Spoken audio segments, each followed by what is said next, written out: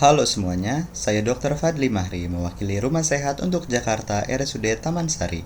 Di sini saya akan menjelaskan mengenai inovasi kami, sebuah program Excel yang bernama The Excellences. Ide ini dimulai dari keresahan tim kami dalam melihat tingginya angka pending rumah sakit kami pada berita acara hasil verifikasi BPJS Kesehatan. The Excellences merupakan program untuk membaca potensi-potensi klaim pending, tidak layak, dan juga dispute. Sebelum mencoba program The Excellences, siapkan terlebih dahulu data TXT unencrypted yang bisa sama-sama kita download pada aplikasi Vclaim.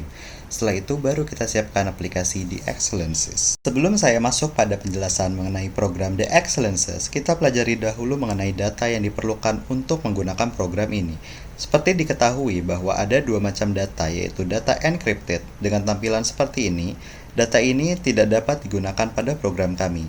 Data yang bisa digunakan adalah data unencrypted yang bisa di-download pada aplikasi Vclaim. Ini adalah contoh datanya. Data ini adalah data dalam bentuk TXT yang bisa di-download pada aplikasi Vclaim.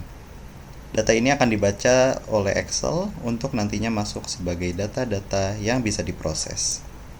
Sekarang kita akan mencoba buka aplikasi The Excellences.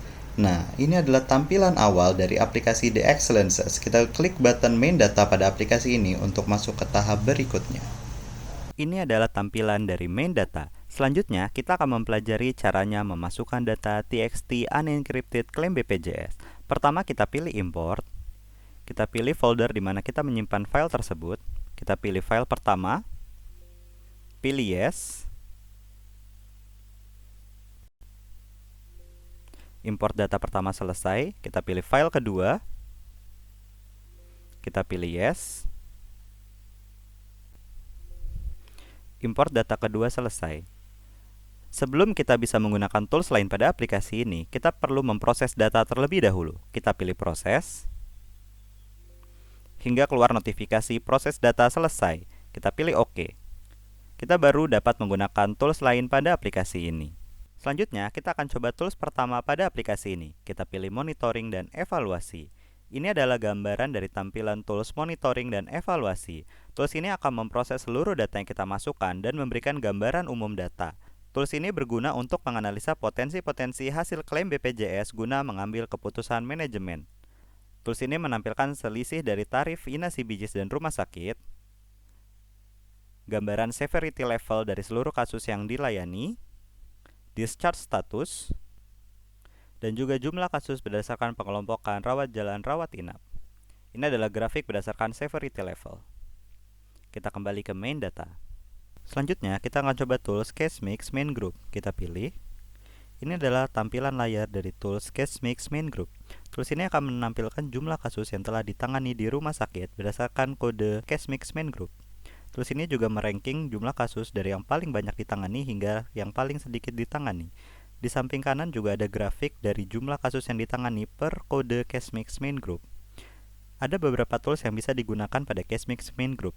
Yang pertama adalah tools Ranking Case. Kita pilih. Ini adalah gambaran tampilan dari Ranking Case.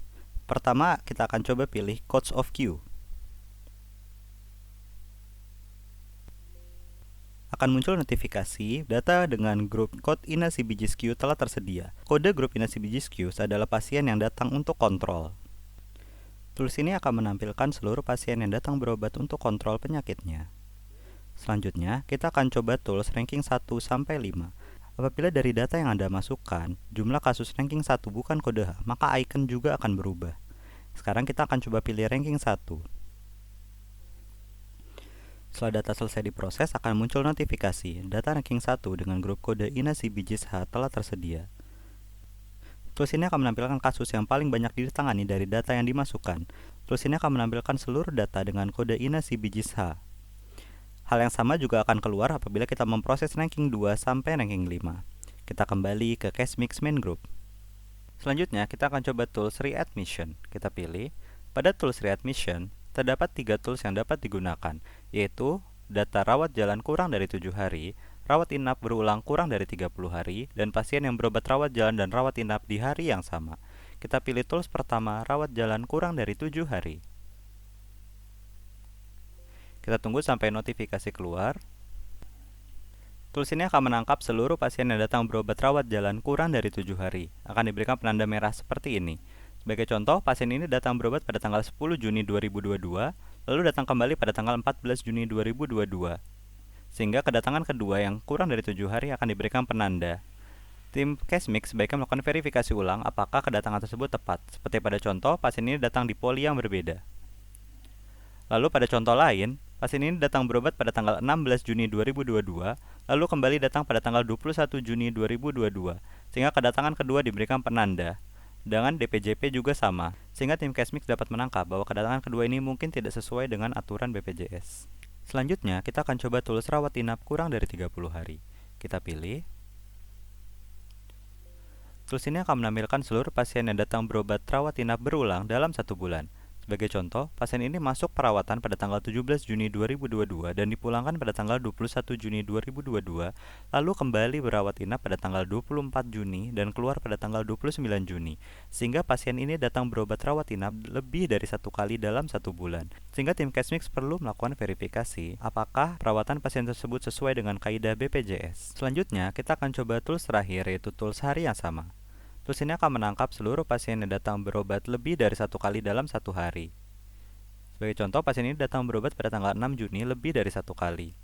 Kita bisa membedakan apakah pasien datang berobat rawat jalan atau rawat inap dengan melihat digit terakhir dari kode INA-CBJS yang merupakan kode severity. Sebagai contoh, pasien ini datang berobat pada 6 Juni pertama ke poli dengan kode severity 0, lalu masuk ruang perawatan dengan kode severity 2. Tim Case-Mix sebaiknya melakukan verifikasi apakah kedatangan tersebut tepat atau tidak sesuai dengan aturan BPJS. Kita kembali ke readmission dan kita kembali ke Case-Mix main group. Selanjutnya, kita akan mencoba tools case by case. Kita pilih. Pada case by case, ada beberapa tools yang dapat digunakan. Yang pertama, tools coding tidak lengkap. Kita pilih. Kita tunggu sampai proses selesai dan muncul notifikasi sebagai berikut.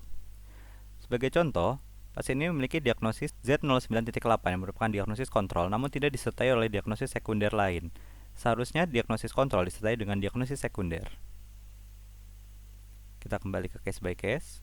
Selanjutnya terdapat tools tindakan beda spesialisasi. Tools ini akan menangkap prosedur atau tindakan yang spesifik untuk suatu spesialisasi, namun dikodekan kepada spesialis lain yang tidak sesuai. Selanjutnya terdapat tools kesesuaian PX dan DX. Tools ini akan menangkap prosedur yang tidak sesuai dengan diagnosis yang dikodekan.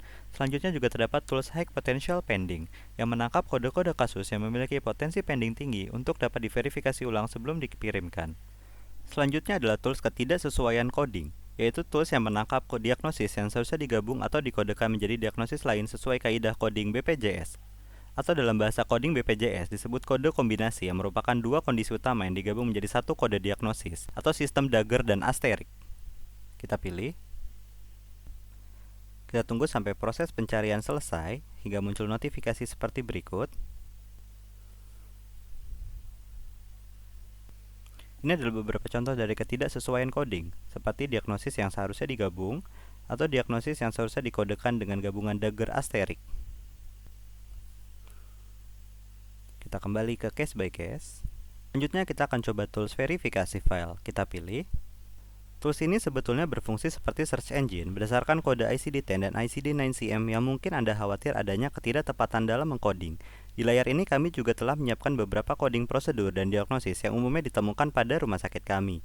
Jika Anda ingin di luar dari kode-kode tersebut, kami telah menyiapkan kolom search engine yang dapat mencari diagnosis yang Anda kehendaki. Sebagai contoh, kita coba kode Z. Tools ini akan menangkap seluruh kode INA-CBJS Z ataupun diagnosis Z. Atau seperti lebih spesifik, kita cari A15. Maka search engine akan mengeluarkan kode diagnosis A15. Selanjutnya kita akan coba tool Special CMG dan BA kesepakatan. Kita pilih. Kita pilih Search by Potential Special CMG. Tools ini sebenarnya berguna untuk melihat potensi pemberian layanan yang termasuk dalam Special CMG, baik itu diagnostik maupun terapeutik, dan juga untuk mendeteksi adanya coding Special CMG yang mungkin tidak diinput pada e-claim. Kita pilih. Dari data yang kami masukkan, ada mungkin 4 kode yang mungkin potensial sebagai Special CMG. Kita lihat contoh yang pertama. Pada kasus ini, pasien memiliki kode diagnosis I21 yang merupakan infark miokard, yang apabila diberikan kode spesial CMG DD01I atau terapi streptokinase, maka dapat digodakan sebagai spesial CMG. Contoh lain, Sebagai contoh lain, terdapat pasien dengan kode INES-CBGS D413 yang apabila memiliki kode diagnosis D56.1, pada kasus ini tidak, dan diberikan kode spesial CMG yang tepat, maka dapat memiliki tarif INES-CBGS yang berbeda. Selanjutnya kita akan coba tools search by berita acara kesepakatan BPJS. Kita pilih. Tools ini berguna bagi tim anti-fraud untuk melakukan pemeriksaan ulang kode-kode coding ICD-10 dan ICD-9-CM yang high potential pending.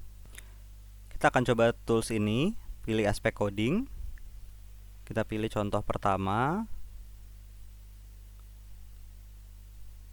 Sebagai contoh kita pilih diagnosis A01.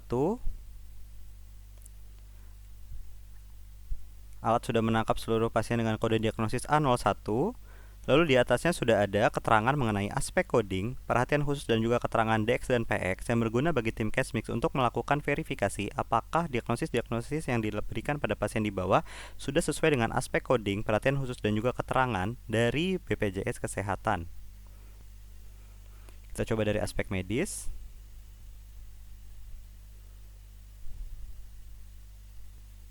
Dari aspek medis kita coba contoh A15. Sini kita sudah tangkap pasien dengan kode diagnosis A15, lalu juga keterangan yang sama dari segi aspek coding, perhatian khusus dan juga keterangan DX dan PX yang mungkin berguna bagi tim Cashmix untuk melakukan verifikasi. Setelah semua selesai, kita kembali ke Cashmix main group, lalu kita bisa kembali ke main data. Terakhir, untuk mengakhiri seluruh proses, kita bisa pilih tombol exit yang akan menghapus semua data dan mengeluarkan kita dari program The Excellences. Jadi itu dia fitur-fitur yang diberikan aplikasi The Excellences. Untuk permintaan aplikasi dan informasi lebih lanjut seputar aplikasi ini, kalian bisa menghubungi kami melalui ke RSUD Taman Sari. Selain itu, aplikasi ini masih dalam tahap pengembangan, sehingga apabila ada feedback untuk aplikasi kami, kalian bisa memberikannya melalui RSUD Taman Sari. Terima kasih telah menyaksikan video tutorial ini. Saya Dr. Fadli Mahri, mewakili RSUD Taman Sari, pamit undur diri. Terima kasih. Wassalamualaikum warahmatullahi wabarakatuh.